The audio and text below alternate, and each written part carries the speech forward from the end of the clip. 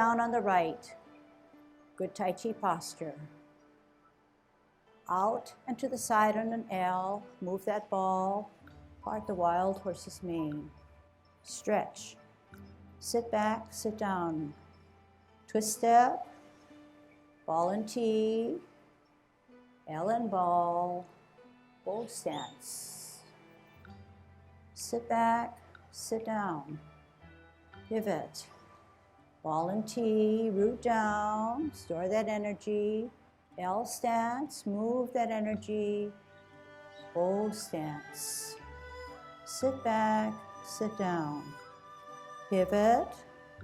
Ball and T. L and ball. Bow stance. Sit back, sit down. Pivot. Hold your ball in a T. We're going to ward off.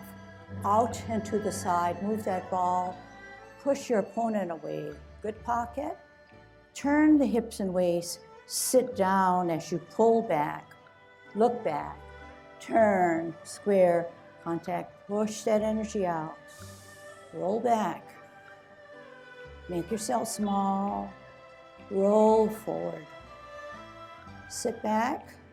Twist step. T stance. L stance. Ward off. Good pocket. Turn the hips and waist. Drag down the bird's tail as you sit down. Turn. Square. Contact. Push that energy out. Roll back. Wear your mittens. Make yourself small. Forward. Sit back. Sit down. Pivot. Ball and T. Root down. L and ball. Ward off. Pocket. Turn the hips and waist. Sit down. Do not just use your hands. The hands are attached to our core. Therefore, when we move our core, our hands move. Sit back, sit down, pivot, ball and T. Out and to the side, ward off. Turn the hips and waist. Drag down the bird's tail, sit down. Turn, square contact. Push out that energy. Shoulder width and roll back. And roll forward. Sit down, twist step, parallel and T on it. Out and to the side, move that energy, brush your knee. Sit back, sit down. Pivot, parallel and higher on a T. Bring it to your ear, set out your heel, turn your face, brush your knee. Good pocket. Sit back, sit down. Pivot, parallel and higher on a T, rooting down. Ear, heel, hand, turn the face, brush your knee. Hands go for a ride.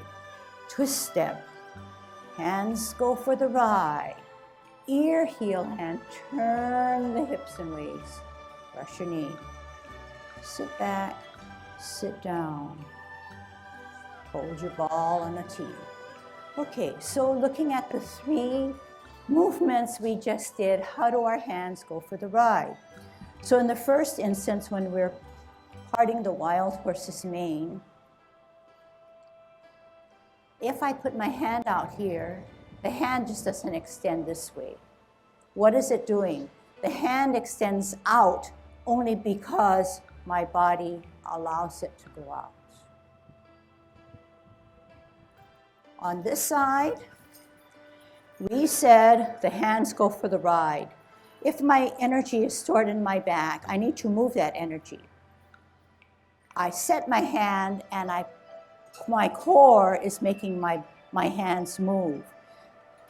If my core were not working for me and I just used my hands, this is how it would be.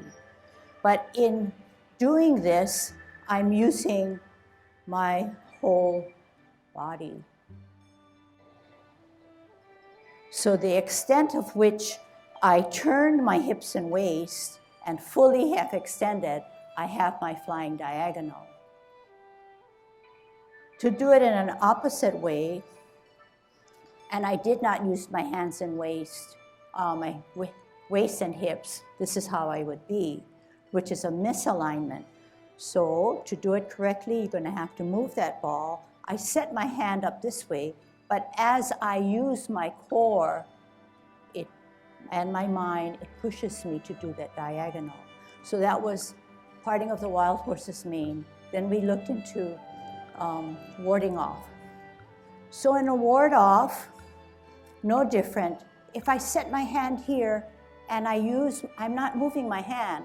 My hand is moving only because my core and my shoulders are making this occur. Turning my hips and waist, setting up my hand. My hands are moving only because what? I'm sitting down, sitting back. Turning,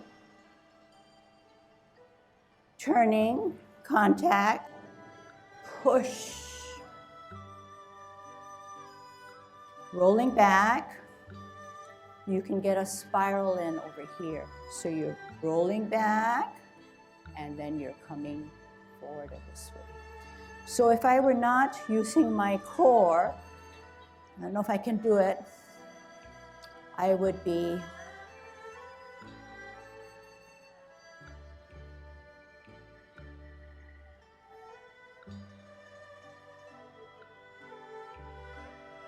and that's not fully just using hands, but you see the difference. An obvious going on from grasping of the bird's tail, when we set up our hand, it's going for the ride. It's not. I have it here, I'm sitting down, sitting back, using my torso, using my hips and waist, and then pushing out that energy. If I'm not aware of this, and this is Tai Chi, this is what it's going to look like. A purely hand motion. So can you see that perhaps somewhere along the line you're going to have to make that transition?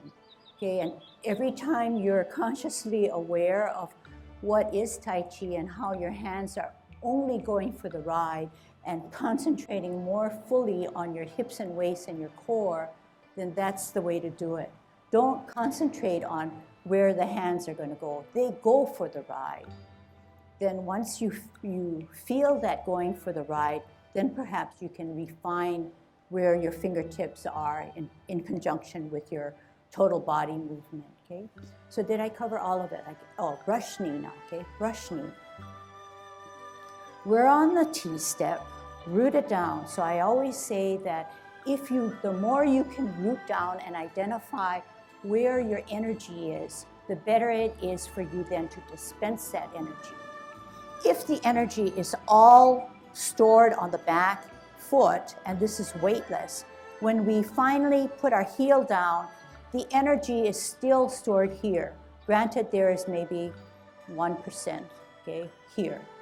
It needs to come up from the toes, the sole of the feet, to the ankles, the knee, the leg, the knees, the thighs, the hips, the waist, the chest, the shoulders, and then it comes down. It can never, and I like to use the word jump. It cannot jump and transfer this way, because we're going to run into problems with our joints.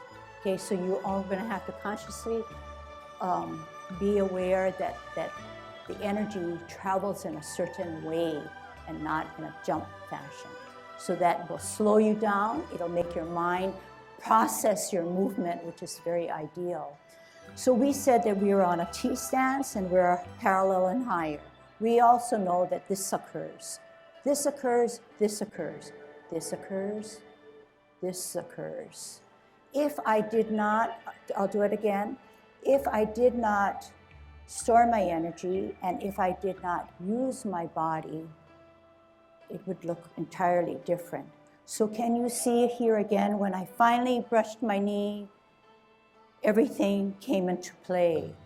If I did not know this and I was not doing Tai Chi and I was a first-time learner, perhaps I would be doing something like this. And that even isn't fully correct. So I'm going to leave my hips and waist and lag them back. so that it is just purely a hand motion. Okay, so we want to get away from that. And here again, we can't jump from getting away from it. We're going to have to process it and do it in increments. So slowly and gradually, you will make the connection to say, this, the hips turn, the waist turn, my hands hardly move, and it comes out. Don't forget this pocket. The more you can get a good pocket in all your movements, the better you are to relax and get the fullness that we're looking for, the ebbing and the flowing. So what does it mean, ebbing and flowing? When you finish the movement, this is the fullness of your movement. You are set. So if somebody came to me and they started to move my hands, my arms, my legs, my core, I should be firm. I have this fullness about me. I'm able to keep my shape. So in keeping my shape, there is a little tension, but not a stiffness and locking in. When you define this fullness and you go into another motion, the ebbing and the flowing helps you to relax. And that's what Tai Chi is about. If I am too relaxed at this point where it requires fullness, it will not give me that ebb and flow that I need. And it's not Tai Chi because someone would come here and it would easily droop. I would easily droop. I don't have my form, okay? So the form comes not only in your shoulders, your limbs, your neck, your head, your core, but your legs too, okay? We're not just looking at hands, okay?